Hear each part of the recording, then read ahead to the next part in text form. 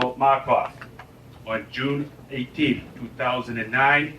The grand jurors of Suffolk County on docket number 09-10479, offense 001, to the indictment of murder in the first degree, Commonwealth of Massachusetts, Suffolk SS.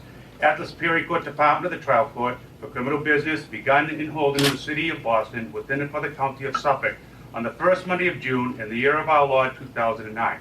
The jurors for the Commonwealth of Massachusetts on the oath present that Philip Markoff on April 14, 2009 did assault and beat one Julissa Brisman with intent to murder her, and by such assault and beating did kill and murder Julissa Brisman.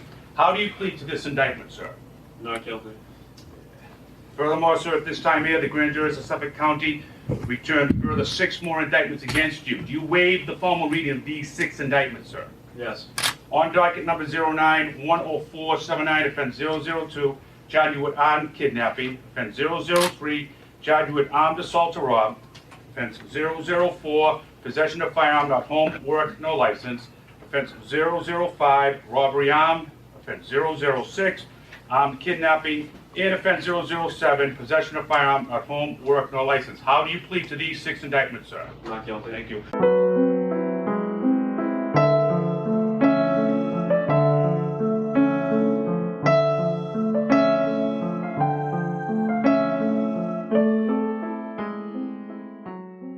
Hello, welcome to another week of Operation Evil. I'm Nyoka. And Rachel. If you are new here, thanks for giving us a chance to win your heart. We hope you enjoyed the show and come back for more. If you're interested, join our group of like-minded true crime souls on Facebook. You can find us at Operation Evil. We post clues on new upcoming episodes. We create amazing little TikTok videos and we post those. And we are known to do a pretty many giveaway contests. Which reminds me, congratulations to Sissy on winning the Dime Bag Daryl contest. Congratulations. Woo! Yes. So, if you are not aware, you guys can find us on Instagram, Twitter, TikTok, and I'm working on YouTube to be a thing soon in the future. Not gonna show your face. For now. Maybe in the future. I'm getting the stink eye. I'll show my face when I get a face transplant. Oh my god, stop it. Anyway. Just a little fun and games. Uh-huh. If you're a listener who keeps coming back for more, we just want to say thank you. Thank you so much. And please tell anyone who is a fan of this genre about the show. We do have some quick business to talk about this week. First of all, please welcome our new Patreon supporter, Trish! Woo! Thank you. Thanks, you. Trish. We love you. Thanks for supporting the show. Thanks for loving us. Also, for our stalker and lunatic tiers, we hope you enjoyed the little goodie bags that were sent out to you. If you're interested in supporting Operation Evil, where the funds are poured back into the show to allow us to give you the best listening experience possible, you can find the Patreon link in our show notes or reach out to us on social media. You can find it on our Facebook, or you can email us at operationevilpodcast@gmail.com. Which reminds me, no more squeaky chairs. Yes. That should be very helpful in your listening experience. Thank you guys for all your support. This is what the funds will go to. Things like this. Best listening experience I can and Rachel can offer you. Right? Right. Okay. Now on with the show. What you got for us, Nyoka? Well, I got a great story to tell you. And by the way, Rachel does not know this story, I don't think. Nope. So I know nothing. we're doing this to each other again this week. So have fun. But before I begin to tell you about this week's killer, I want to bring up a large piece that surrounds the story, and that's Craigslist. Why is that? Because I'm going to tell you the story of the Craigslist killer, Philip Markoff.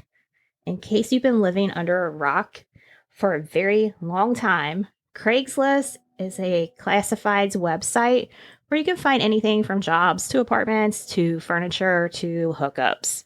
This site has everything. Does it, is it still like really active? I don't think so. Yeah, because I know like a lot of people now use like Facebook Marketplace and Yeah, it's not the cool thing anymore, I don't think. It's still there. it's very MySpace-ish. It was so 10 years ago. Now, personally, I've purchased and listed many items in the past on Craigslist. I think I even got my old dining room set from Craigslist. Did you ever buy off there?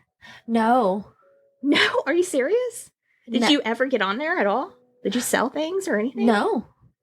Oh man. Okay. I was all So- about the yard sale. Gotta feel it, gotta see it, gotta touch it.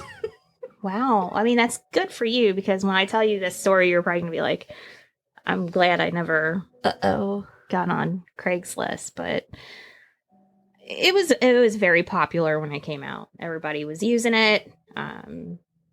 But as good as it was just as scary as it was good. And throughout the years, some unlucky souls have found danger on that website. Anything from sexual assault to robberies and even death. So Philip Markoff used the website as a tool to live a double life. He was responding to sex worker classifieds and traveling to upscale hotels in the Boston area, where he held the women at gunpoint, tying them up and robbing them. Over a period of a few weeks in April 2009, he did those things to 3 women. However, his second victim, Julissa, would lose her life. It began when he answered the 26-year-old Julissa Brisman's Craigslist ad for a massage service. He met the masseuse at the Boston Marriott Copley Place. I'm not sure if I'm saying that correctly. So they met there and he ended up killing her, which gave him the name, the Craigslist Killer. Now, back in the day, so you never got on this site. Maybe for like a car to look at cars or something? Like listings for cars? You never looked at like the personal stuff. No. Oh my gosh, me and my friend, we would look at this stuff and laugh. Like just something fun to do? Yeah, we did. Like how people do with Reddit now. Yeah. It's like that. But like there would be like men looking for women, men looking for men. So like the classic one ads in the old newspapers, kind of like that? Yeah, and sex workers would use this too, just like they would newspaper, like with their little code messages, and Yeah. they would use that on there. People would post, one of the best things, people would post like, I don't know what section it was under, they had different sections, but they'd be like, oh, I was at Kroger in this city and I walked past you in aisle 7 and you had this box of macaroni in your hand and I walked by and I brushed your arm and I just felt this like connection to you. And if this is you reading it, please reach out to me. Like it was, yeah. I'm sorry, but when you were describing that, my first thought was like, I was walking by you and I smelled your fart. Hey, it could be that too. I smelled your fart and knew you were the one. Love at first sight. So there was everything on this. I can't believe you didn't ever explore it. It was kind of funny. I totally missed out on that. You did. This guy didn't. He used this to his advantage because we're all trusting at first. Mhm. I mean, we grew up in a period where the internet was new. We had like dial-up internet. Yeah. So we've all learned these things as time's gone on, but yeah, terrible things can happen from this stuff. Well, I mean, we mostly grew up in where if you needed something, you just went to your neighbor or Yeah. you could trust people more. Not really. We just weren't as More aware. educated, yeah. All right, so I'm going to read you a quote that says, "There is barely a day that goes by that I don't see at least one report, sometimes 2 or 3 or 5 crimes linked to Craigslist," said Peter Zolman, He was is the founding principal of Advanced Interactive Media Group, which reports on online marketplace companies. He even compared Craigslist to a Wild West atmosphere. Zolman's organization runs a blog that catalogs Craigslist killings. According to their count, there have been at least 131 Craigslist murders since 2007. Fun facts. Man. And then, so that's just killings. Think about all the other assaults, theft. Yeah, I didn't even think of it that way. Yeah. So I'm going to go back in time to Philip's early life. He was born on February 12th, 1986, and grew up in a small town in upstate New York in a middle-class household. He attended Verona Sherrill Central School, where he excelled academically and participated in groups and activities including bowling, youth court, history club, and was a member of the National Honor Society. He was a busy kid. He was a busy kid. Friends and classmates would later describe him as serious, well-behaved, and active in extracurricular activities. A previous neighbor of the family would describe Philip as, quote, the nicest young man, polite, respectful, with a good sense of humor, end quote. He was also believed to be the son of a dentist and an educator turned casino worker, and to come from a solid family with two parents, although they were divorced. After graduating from high school, Philip became a pre-med student at the State University of New York and would end up receiving a bachelor's degree in biology. During this time at the State University of New York, Philip was dedicated to focusing on his studies and even volunteered in the emergency room of the Albany Medical Center Hospital. In his spare time, he enjoyed playing poker with friends, but had a reputation of being a competitive player who did not take losing lightly. So he was a sore loser. He was a sore loser. And I did read that his teachers would describe him as brilliant. He was obviously a very smart man. I mean, it sounds like it. He had a lot going on. He did. In 2005, Philip met fellow pre-med student Megan McAllister. At the time, Philip was a sophomore and Megan was a senior. The two became involved after they met during some volunteer work at the nearby medical center emergency room. Their first date was a few months later on, November 11th, 2005, and from that point on, they became college sweethearts. After Philip graduated with his biology degree, he was accepted into a Boston University School of Medicine. Although Megan planned to attend medical school as well, she was not accepted in any of the schools that she wanted to attend. So she just put her plans on hold and moved to Boston with Philip. They moved outside of Boston into Quincy, a nearby suburb, in a High Point apartment complex. In 2008, Markoff and McAllister were engaged, and they set their wedding date for August 14th, 2009. McAllister kept herself busy with wedding planning, while Markoff attended medical school and frequented casinos, racking up over $130,000 in debt. Whoa, a little bit of a gambling issue? Big time. According to an article found about Philip Markoff, almost a year before a spree of robberies that targeted women that would leave one dead, 23-year-old Philip had begun to reach out to people on Craigslist. These messages revealed a different side of Philip, and not a mild-mannered medical student engaged to be married side, but an individual thirsty for outside sexual encounters. In May of 2008, he exchanged several messages with someone who was back then labeled as transvestite in the Boston area. Quote, "Hey sexy," Philip wrote on May 2nd using the email address sexaddict5385@yahoo.com. Wow, what a giveaway. Following messages included explicit photos. Gross. Although they never met, Philip tried to reach out again in January 2009. This time he used a different username, but once again, it didn't result in a meeting. Oh, so he was trying to get the person to meet, and the person's like, no, Yep. no, thank you. Yeah, he tried.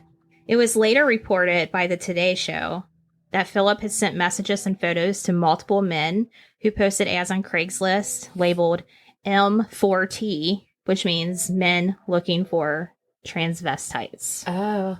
He even once posted as a female masseuse looking to service male clients.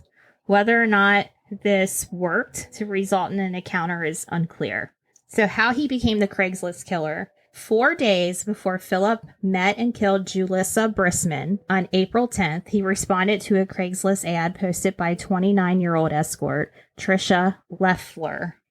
I don't know. I think it's Leffler. Yeah, Leffler. Yeah. So Trisha later told CBS News that they arranged to meet up that night. As they arrived at her hotel room, Philip pulled a gun out on her, tied her up, gagged her, and robbed her. In the interview I watched with her, she even said that he stole a pair of her panties and put it in his pocket, and she just looked at him like, "What are you doing?" Just so weird. It was very odd. On April 13th, 2009, Philip responded to an erotic services ad on Craigslist that was posted by Julissa Brisman. Julissa was a beautiful, young 26-year-old masseuse and aspiring model. They exchanged a few brief messages under fake names and arranged to meet up on April 14th, which was 4 months before Philip and Megan's wedding. The meeting went terribly wrong pretty much right from the start. It appeared to be a robbery gone wrong. Philip tried to restrain Julissa and then bludgeoned her with his pistol. So was his intentions in the beginning, I wonder, then just to do a robbery? Yes. He just wanted to do the same thing he did to the first girl. He wanted to just hold her up by gunpoint, tie her up, gag her, rob her. I guess it was like a thrill for him. Yes, but this girl, it appeared that she was a fighter, and he was not having that. And Philip must not have liked that she was trying to fight back, because he then shot her 3 times at close range before fleeing the scene. Oh my gosh. Julissa initially survived the attack and was found unconscious later that evening in the doorway of her hotel room at the Marriott, but died from her injuries later at the Boston Medical Center, where she was... Okay, so she was at the Boston Medical Center, which was the same institution where Philip studied to become a doctor. No way. How crazy is that? Yeah, insane. Tough girl. And it's just amazing, though, that he studied to be a doctor there, but yet he shot someone in close range 3 times to where they ended up there and died there. Yeah. It just, I don't know how you go from one to the other. So 2 days after the murder of Julissa Brisman on April 16th, Philip scheduled to meet up with Cynthia Melton at the Holiday Inn Hotel after replying to her Craigslist ad, where she advertises lap dances with his disposable track phone cell. He set up a meeting. He met up with her. He pulled out his gun. He tied her up. He asked where she kept her cash and credit cards. He said, quote, "Don't worry, I'm not going to kill you. Just give me the money." But the attack was interrupted by Melton's husband, so Philip fled the scene. He's like an idiot. Mm-hmm. Yeah, and this is within 7 days that he's doing this. Like, it's one after the other. And it's the second victim that's killed. It's like he's 2 totally different people. Yes. 2 totally different people. All 3 incidents were very similar in that the motive appeared to be the robbery. The women were offering sexual services. The dates were close together. And 2 of the women had been bound with plastic cords. It didn't take long for police to discover that Philip was responsible for these crimes. It was his virtual footprint that he left behind that would bring him to justice. Apparently, he left messages recorded by email providers and IP addresses visible to Craigslist each time someone made a post. Police were able to use this information and determine that responding messages to the Craigslist ad came from his apartment building in Boston.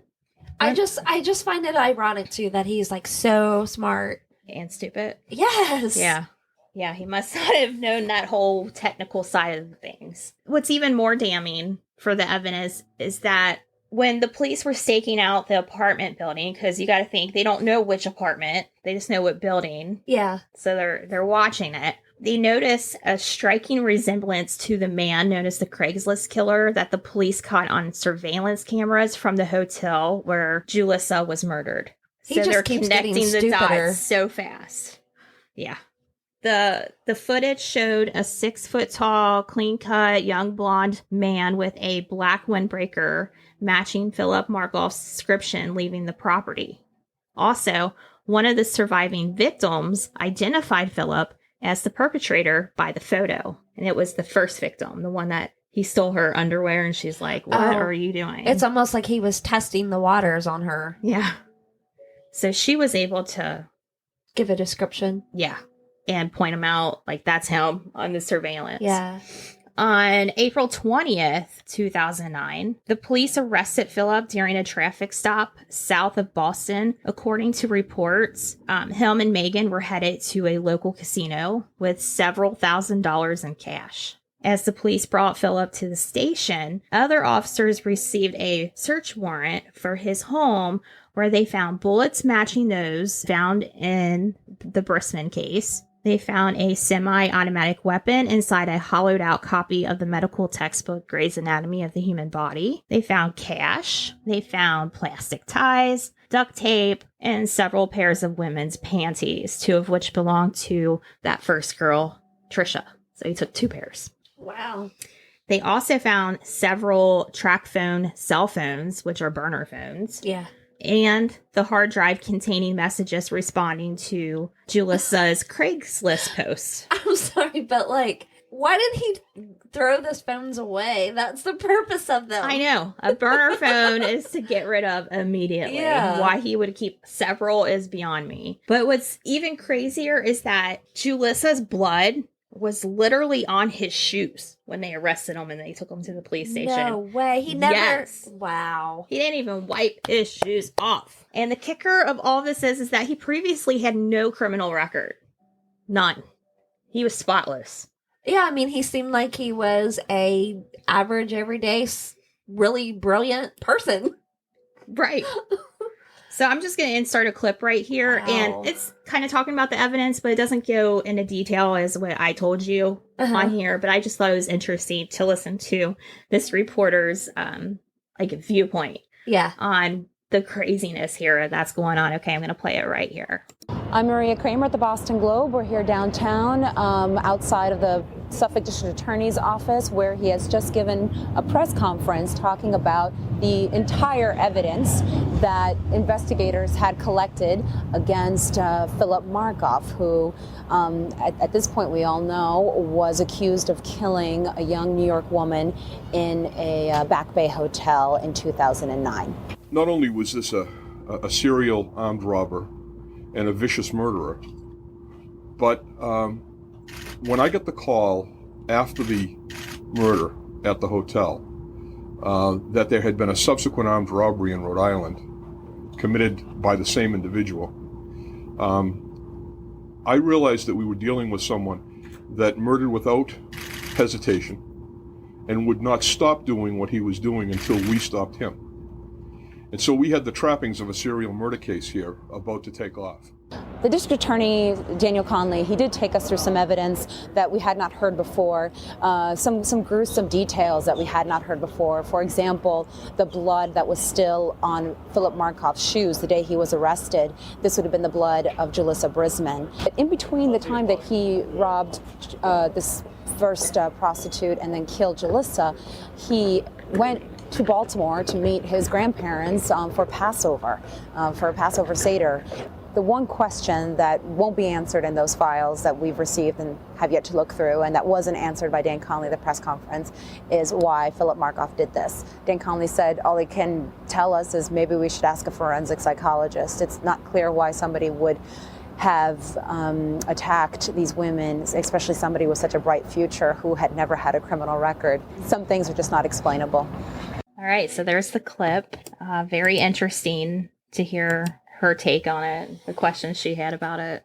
Yeah, he just, I feel like maybe he got the idea to begin with to kind of handle some of his gambling debt. I mean, that would make sense. And then maybe He just had a lot of it. Yeah, and then maybe he just was like, oh, I like to do this. And I guess women in that position would be easy targets.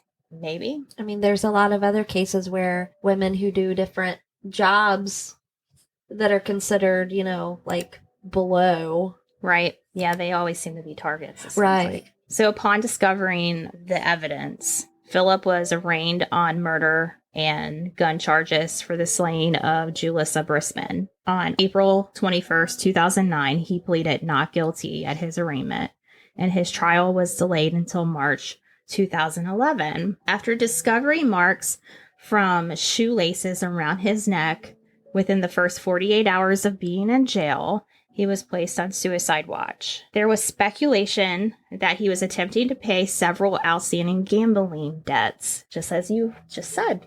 Good detective work. Thanks. But his accusation had not been confirmed. Mm. Officials say when Boston University learned of these charges against Philip that he was suspended. And I'm sure they were all very surprised. Yep. Initially, Megan, his fiance, refused to believe that he could be a Craigslist killer. I think I would have been right there with her. Yeah, she's like, there's no way. She defended his honor, continued to stand up by him. She reached out to she messaged news outlets claiming that he was, quote, beautiful man inside and out, would not hurt a fly. She also made a public statement that, quote, I just can only hope that the criminal justice system will not be overwhelmed and persuaded by what is being put forth by in the media. My fiance's fate should not rest in the court of public opinion, but rather in a court of law, end quote. However, Megan would end up visiting Philip in jail to end their relationship in June 2009. After the breakup, he made several unsuccessful suicide attempts. I even watched a video where she had all kinds of media there, like filming her walking in to meet up with him in jail to break up with him and coming out. And like her attorney came out and was talking about their meeting. I don't think he said she broke up with him, but said this could be like the last time that she speaks to him in a long time or whatever the facts. But they were all up in there. It makes you wonder, like, was it to kind of clear her name as well? You know how people are. Like, there's a couple of other, killers or whatever where they've said that, oh, the wife knew or the girlfriend knew. Like, how do they not know? Right. I mean, there was even an interview. I didn't watch all of it, but her, like, Megan's family even, like, backed him up. Like, no way would this kid do this. And they're like, no way, he's innocent. It's somebody else. Mistaken You got the wrong identity or whatever. person. Yeah. Because we know that can happen too. Yeah, but then it makes you think, like, man, he went on this rampage in such a short period of time. Yeah. Can you account for his Whereabouts during those times? Like, that's what I would like to know, but I never found anything on that. Or like searching on the computer. Like, I would have been like going to the computer searching it. Yeah, because he's obviously not tech savvy, so it's probably all in his history anyway. He probably didn't even delete that. Yeah. Which, I mean, by the time that she would have thought maybe to check things, they would have already taken the computer. That's true, because it was such a short period of time. But I wonder if she knew about the gambling debt. I mean, She was busy planning the wedding, it said, and he was gambling. if at that point, if maybe they were sharing or had separate accounts, maybe. Maybe. I guess we won't know. The case never made it to trial. Oh, yeah? And the reason why is because on August 15th, 2010, exactly one day after they would have had their 1 year anniversary, wedding anniversary, if they went through with that. Yeah. He was found dead in his jail cell. No way. Yes, he committed suicide in jail by slashing major arteries in the ankles, legs, and neck with a makeshift scalpel. He also stuffed his throat with toilet paper, and he covered his head with a plastic bag. Oh my gosh. To make sure the jail authorities could not resuscitate him. And then he covered himself head to toe with a blanket. This dude was all out. Yeah. They said that no suicide note was found at the scene. But there were photos of Megan placed throughout the cell, and he wrote messages that he painted on the wall with his blood. He's a freak. Like 2 words. He wrote the word Megan and the word pocket. Pocket? And to check his pocket? I don't know, because they said, unfortunately, we will never know what the Craigslist killer meant by writing the word pocket. And only one article I found even mentioned this. But the first thing I thought was what you thought, like there must be something in his pocket. Yeah. But that's all I know about the whole pocket thing. Which is, it is like, what's happening here? So he commits suicide and the news is going to announce it. And that's where I'm going to insert the clip on the news about his suicide. An autopsy is scheduled today for the so-called Craigslist killer, who apparently committed suicide in a Boston jail Sunday. 24-year-old Philip Markoff was awaiting trial for the brutal murder of a masseuse he met online. Our Andrea Canning has more. The same weekend Philip Markoff was found dead in his cell, he should have been celebrating his 1-year wedding anniversary. But last year, his fiancée called off the engagement after discovering he was the alleged Craigslist killer.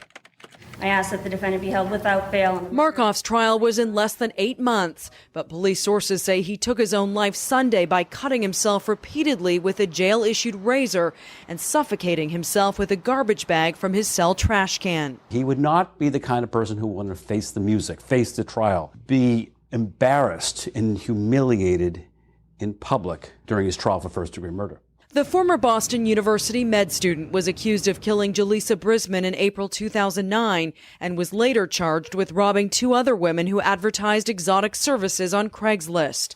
Last year, he used his shoelaces to try and hang himself and then tried suicide again by running a serrated spoon over his wrists. Markoff maintained his innocence until the end. A spokesperson for the family of Jaleesa Brisman released a statement saying the long-awaited criminal prosecution was their only opportunity to confront him, and now he has taken that away as well.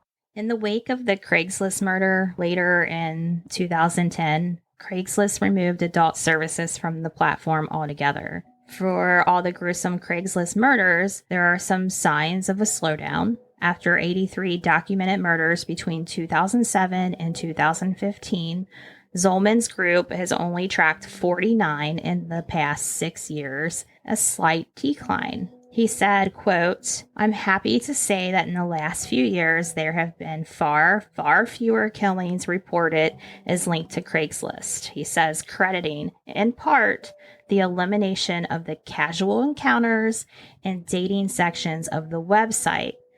Of course, part of it might just be diverted traffic. Usage of Craigslist has gone down, he says. People are using different apps. And that is the story of the Craigslist killer.